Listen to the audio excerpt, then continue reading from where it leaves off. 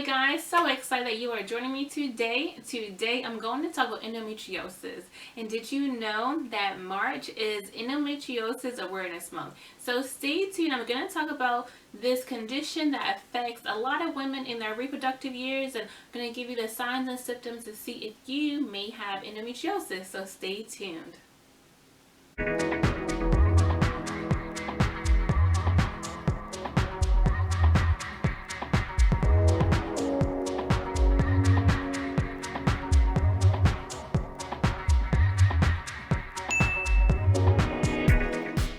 Hi you guys, welcome to my channel where I balance my life and hormones. I'm Mary Cherry. Thank you guys so much for tuning in today. Like my intro said, I'm going to talk about endometriosis. Before I get to that, I just want to remind you guys to follow me on my Instagram page. That's Mary Cherry. Recently I shared that I'm going to transition to this low carb keto lifestyle, and lately I've been posting pictures and stories of what I've been eating, where I've been grocery shopping at. So make sure you follow me on Instagram to see all the yummy things I've been posting. And if you didn't see my video before this one, that's the video where I share my before pictures and give you guys a meal plan on what I've been doing with my transition to low carb keto. Anyway, let's get into this video. So I want to talk to you guys about endometriosis. So endometriosis is a condition that I have along with Pcos, and it's a condition where the lining of the uterus, get my words together. So the lining of your uterus should line your uterus. But when the cells in your uterus travel other places, or they're growing in other places, that's when a woman may develop endometriosis. Now, that probably doesn't make sense to you guys, but think of it this way. Like, you have heart cells, only heart cells should grow where heart cells are. You have brain cells, only brain cells should grow where your brain is. That's the same thing with your uterus cells. Your uterus cells should not grow anywhere else, but if it does, it may cause some havoc in your body. So that's the definition of endometriosis. Some of the signs of endometriosis, let me look at my list. You may have, actually one of the common signs or symptoms of having endometriosis is having painful periods. You may also have painful sex, pain using the bathroom. Infertility is also associated with endometriosis. Back pain, low back pain, pelvic pain, constipation, diarrhea, like gut issues, just having food intolerances, fatigue, chronic fatigue, and also having irregular cycles. So that's all symptoms. You may have one or some, or it's possible for you not to have any of these signs, but these are some of the signs or symptoms that you may have endometriosis. Now, if you are having any or many of these signs, I definitely recommend you go to a doctor, your gynecologist, to talk about this.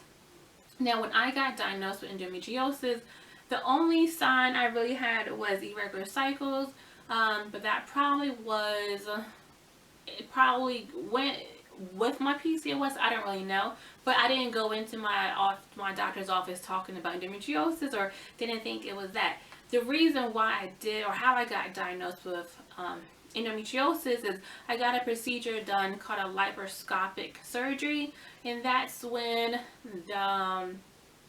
your gynecologist, your doctor, makes a small incision, and it went through my belly button to kind of, like, I guess, to take a look at my ovaries, my uterus, and that's when they definitely saw the cysts in my ovaries. So during that time, they worked on my ovaries and got some of the cysts away. But during that procedure, that's when they saw the endometrial cells, the uterus cells, growing in other places. I don't exactly remember where it was growing, but that's when I found out I had endometriosis. And you can only be diagnosed with endometriosis if you do have surgery, or somehow your body, your doctor can get some of your cells and, like, do a biopsy to see if it's uterine cells, cells from your uterus, from your lining.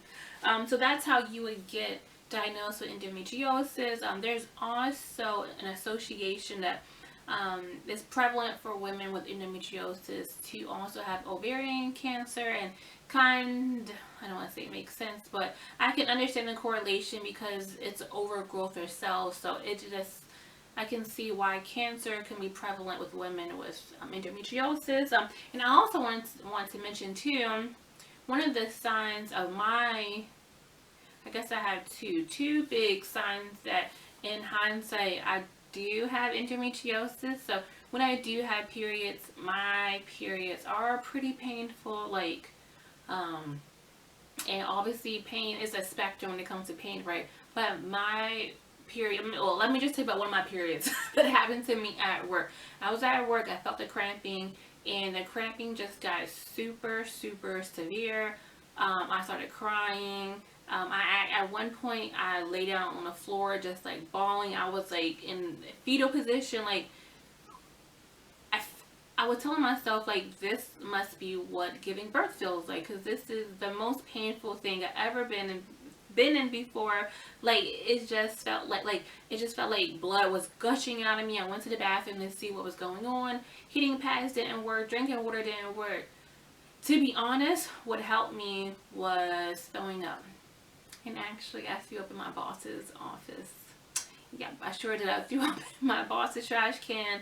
And after that, somehow, some way, my symptoms went away. I was able to drive home that day, but I was in so much pain that I was like, I want to leave work, but there's no way I can drive because I'm in so much pain. So yeah, that was one of the symptoms of my endometriosis. The second symptom that I had was I would have spotting between my periods.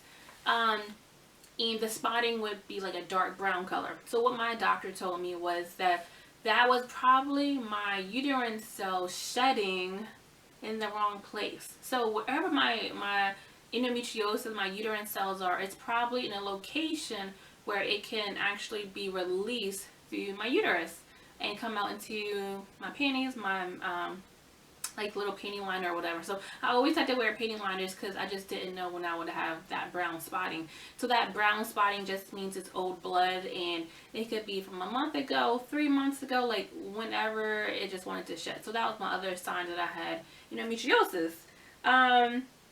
So according to the statistic, worldwide is a pretty common diagnosis for women that have in their reproductive year. About 1 in 10 women may have endometriosis. And also in 2015 there was a survey or research done that it's pretty common that women with PCOS may also develop endometriosis.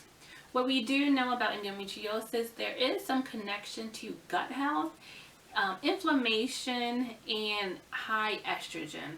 So when I read about endometriosis, you want to stay away from high estrogen producing foods such as soy products, tofu, like the estrogen-like chemicals and or whatever you want to call the chemicals.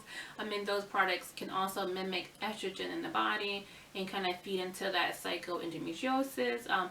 Also, just be aware of like the chemicals you're using, because that can also create estrogen-like cells in the body that just feeds into the endometriosis, and just not a good thing.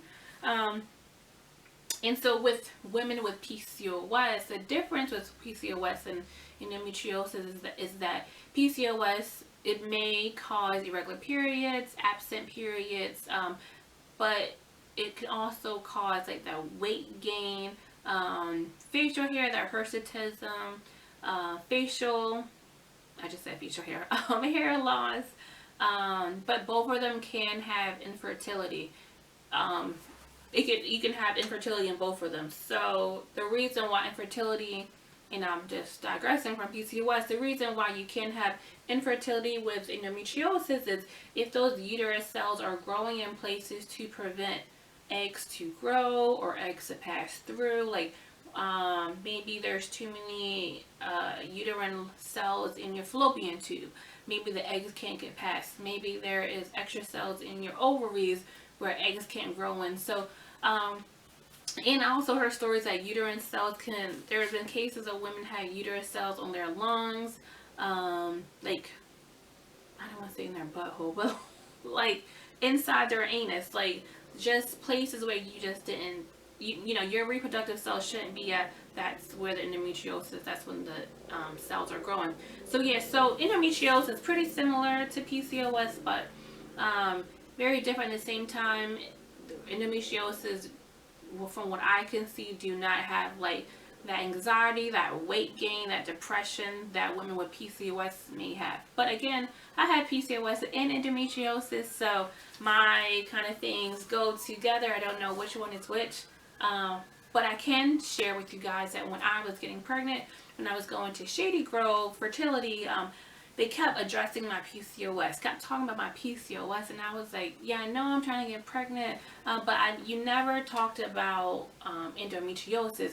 Is endometriosis is that playing into my infertility, me not being able to conceive? And remember my doctor saying, like, as of right now, there's no signs to show that your endometriosis is preventing you to get pregnant. So at this point, we're not going to address it. And I just went with it. But maybe what I will do, I don't want to have surgery. Because when I did ultrasounds and things like that, like there was no evidence of my endometriosis. But I do want to know my endometriosis is located inside of me. I may need to take like my medical records from about 10 years ago.